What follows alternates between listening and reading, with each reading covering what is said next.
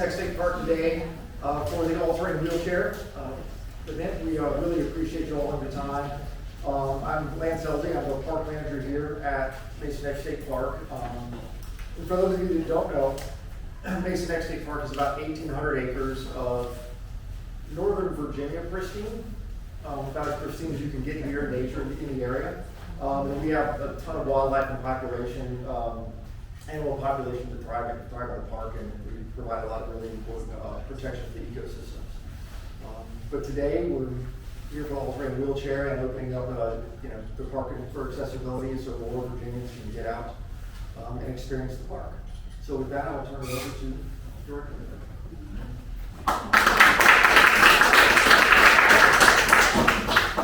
Good morning, everyone.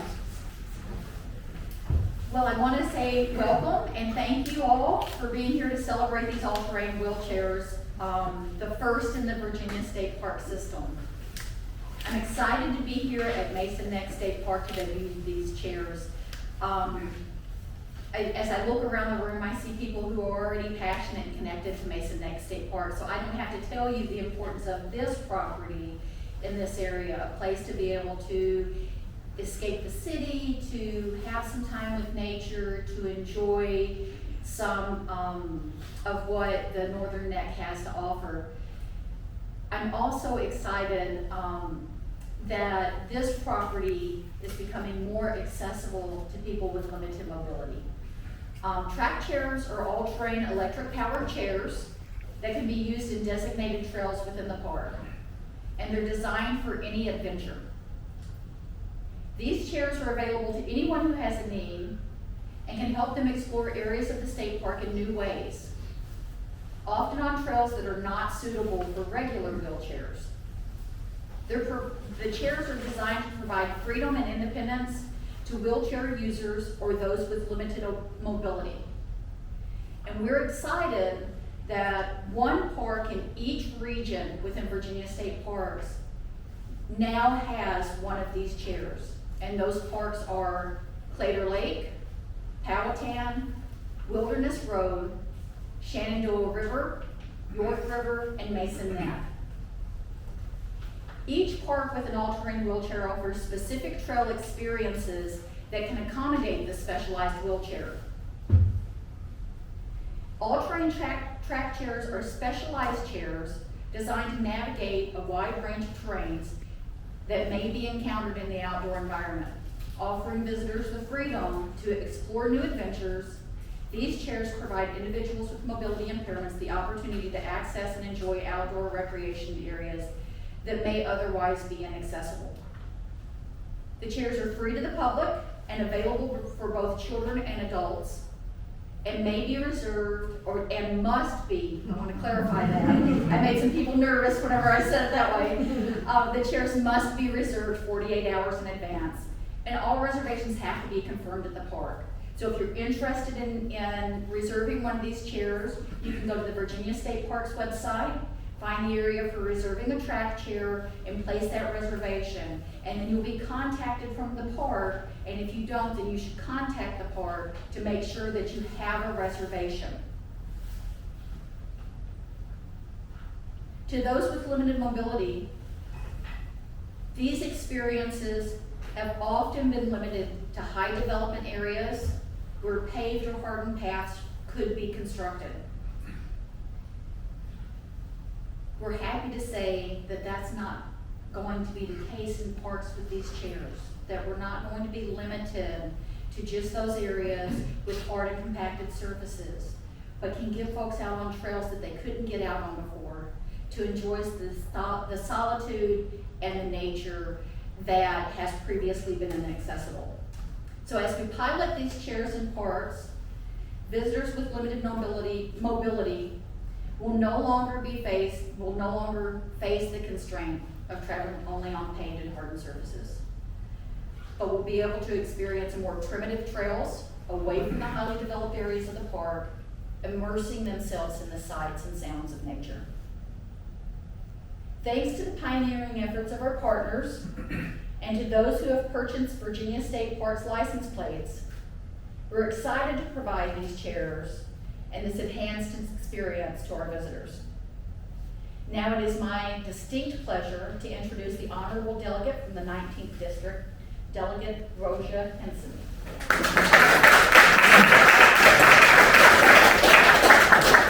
Good afternoon, everyone.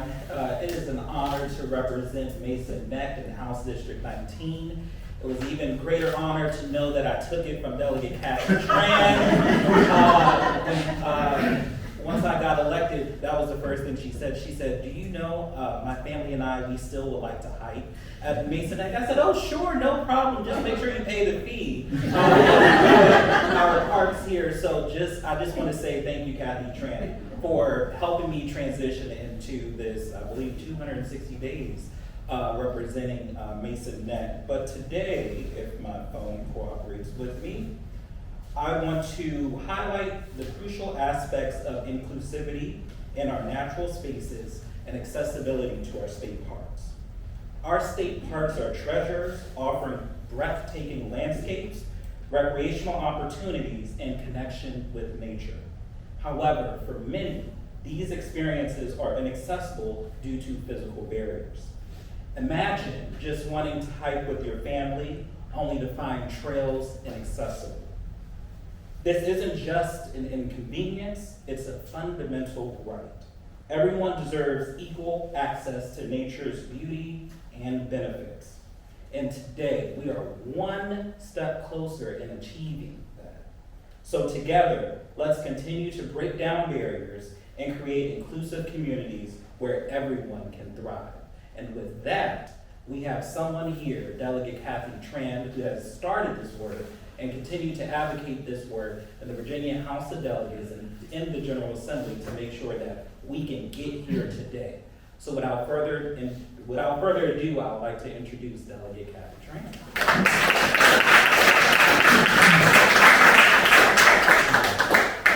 Hello, so I'm Kathy Tran. I used to represent the state park, and after redistricting, my first looking at the map was like, oh, that park is not anymore. But thank you so much, Delegate Henson, for being such an incredible representative for this community and for this park, and for allowing us to continue to hike here. We do have an annual pass, by the way. Okay, but this park, my family and I love this park. We love this park more than because I represented it. This was the site when I first became a mom in 2009 that my husband and I came and did our first family hike. Some of you know this story. It was a hot day in July. I'm carrying that baby carrier with this tiny little infant. He was a couple months old. And I think we did the Bayview Trail.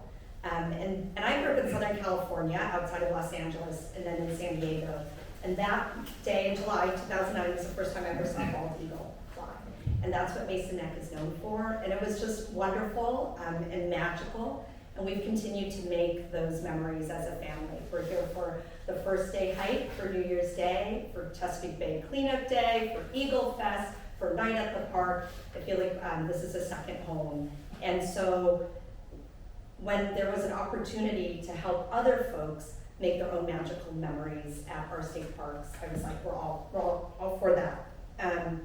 This is also a story of how community leaders, the state legislature, the governor's administration can also come together to work on behalf of Virginians.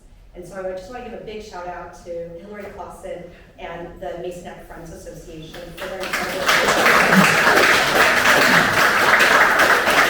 And it was at a sidebar conversation, I think at a Mesa Neck Civic Association meeting, and Hillary said, you know, Kathy, we're really interested in increasing accessibility at the park. I said, tell me more. She's like, you know, both making sure that people with limited mobility are able to explore our parks, making sure that we have language accessibility. We have so many diverse community members in Northern Virginia and the surrounding areas coming to visit. We want to make sure our signage is accessible. We want to make sure the cost of attending the park is not prohibitive for people. And the Friends Association has done incredible work deepening relationships across the community to give out free day at the park passes, right? So there was that conversation. So let me think about that. Reached out to the department, said, what are you doing around accessibility? And gave me like all their reports and plans. But then I read this article in the Washington Post about how some other states have piloted all-terrain wheelchairs. States like Michigan, Colorado, South Dakota, Minnesota, Georgia. And I read that, I was like, oh, our parks are probably better than theirs, we could do this too. So why not, right? And so that first year we put the bill in, I think it was the first time that we had this discussion in the General Assembly, and I was like, oh, what is this wheelchair? How would it work? How would we fund it? And as many things in the Virginia State Legislature, it takes more than one time, right, one effort. So the second year we came back. But the difference between that first year with this idea that we had percolating in the community was that Director Wells and Director Baker really embraced this idea, and they came up with a unique funding mechanism. If you've ever done any advocacy in the state legislature, getting $5 out of our state budget is tough, as it should be, really tough, right? And so I think it was their support and their approach to finding a funding mechanism so that we can purchase and roll with these all-terrain wheelchairs really made a difference in the conversations we had in the General Assembly. So with the support of Delegate Henson and Senator Sorvell, who couldn't make it on time, right now, can't make it this morning.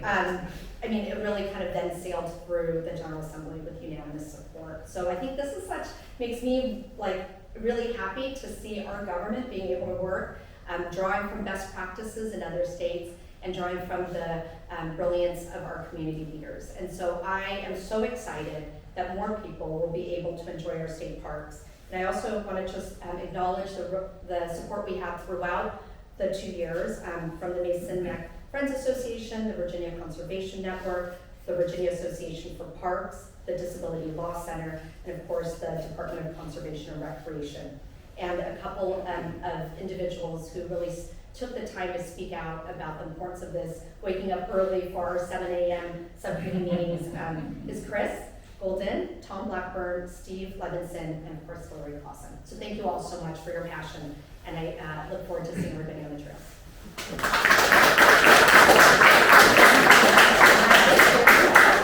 I get to introduce somebody who's become a partner in the state legislature, Director Matt Wells. Thank you so much. Well, thank you, Delegate Tran, and thank you all for being here today. I'm Matt Wells. I have the privilege of serving as the Director of the Virginia Department of Conservation and Recreation, which is the parent agency for our state parks, which means that I have the best job in state government. And I think today is just a great example of that, the opportunity to provide access to folks to everything that our parks have to offer.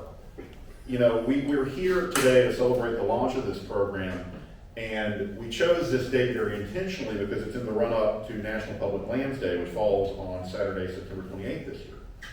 National Public Lands Day is the nation's largest single-day volunteer event for public lands. And so thousands of people will be visiting our state parks, both to volunteer and to enjoy some of the most spectacular places the Commonwealth has to offer, with places like Mason Neck. And I think it's meaningful that we've chosen to tie the launch of this pilot to Public Lands Day because it underscores our commitment to making sure that the Commonwealth's public lands are accessible to all. And we are blessed in Virginia to have 43 amazing state parks, places where people can go and connect with nature and connect with each other, places where they can relax, recharge, reflect, places where they can learn something about our history, about the world around them. We know that our parks are tremendous community assets, and we know the significant benefit that being outdoors can have on both physical and mental health. But we also know that not everyone is able to access or enjoy these places in the same way. The outdoors are for everyone. Our goal is best-in-class recreation for all, and that's why we're committed to doing what we can to make our parks more accessible. That's why we build with accessibility in mind wherever it's feasible to do so. That's why we became the first state park system in the nation to install colorblind adaptive viewfinders at all of our state parks. And in fact, you can see one right up there, one of those in front of the viewfinders. That's why we've launched Right Here technology to help visually impaired guests better navigate and experience our park. And that's why we're launching this pilot today. I also think it's meaningful to launch this week because National Public Lands Day is about partnerships. All of our state parks thrive on partnerships, and this program is no different. You've heard about some of those partners, but I also want to acknowledge them today. So first, the legislature, the delegate Kathy Tran, who is a tireless advocate for Mason Neck. I know it's not in your district anymore, but I think it's always on your mind. We frequently have a lot of conversations about this park and just your support of parks in general. And to your colleagues who voted unanimously to support this legislation, Delegate Henson and Senator Surville, thank you to all of you for supporting this. To our community partners who supported this legislation and who have helped with the implementation of the pilot, the Friends of Mason Neck, State Parks, the Virginia Conservation Network, Virginia Association for Parks and Disability Law Center, that Delegate Trent mentioned earlier. Thank you to all of you. The team at DCR and Virginia State Parks who helped bring this idea to reality, to our fantastic procurement team, Suzanne Swinson, Corey Ritchie, to Dr. Baker, and your team who helped make this a reality. Thank you. And then finally, to everyone who has purchased a Virginia State Parks license plate. Since becoming available for purchase in 2019, $15 of each purchase has gone to fund Virginia State Parks and to fund projects that support visitor experience. Those $15 have added up to $192,000 in total since 2019. Your purchases provided the funding for this pilot and will help play a vital role in expanding access to outdoor recreation in the Commonwealth. Thank you. So thanks to all of these partners, we were able to kick off this 2-year pilot today and take another important step in making our state parks and the outdoors more accessible to all. And I'm going to invite folks to join us outside where we are going to cut a ribbon on that track chair and we're going to do a demonstration. So thank you everyone for being here. We'll take it outside.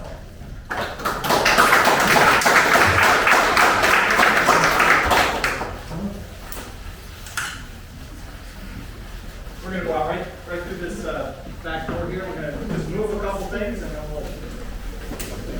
All right, everybody ready? Yep. 1, 2, 3, cut. All right.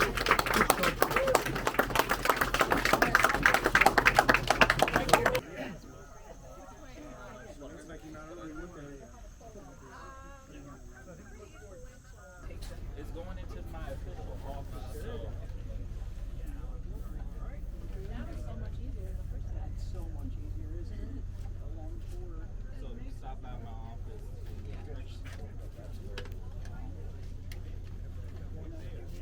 Trying to make it to Oh, yeah, a little bit, yeah. So one of the things that we baked into kind of the fiscal impact for this is just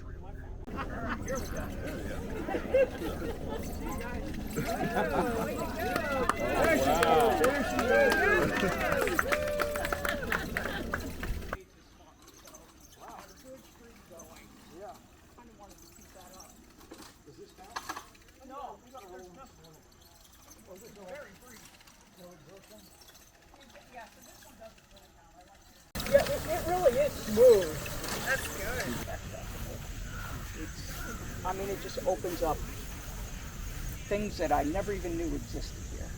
So, yeah, total game changer. I'll reserve one, but I also hope that other people will too, because it's something that so many people can enjoy and benefit from. So, I hope it gets a lot of use. It's good to see you use it. Thank you. It's fun to use.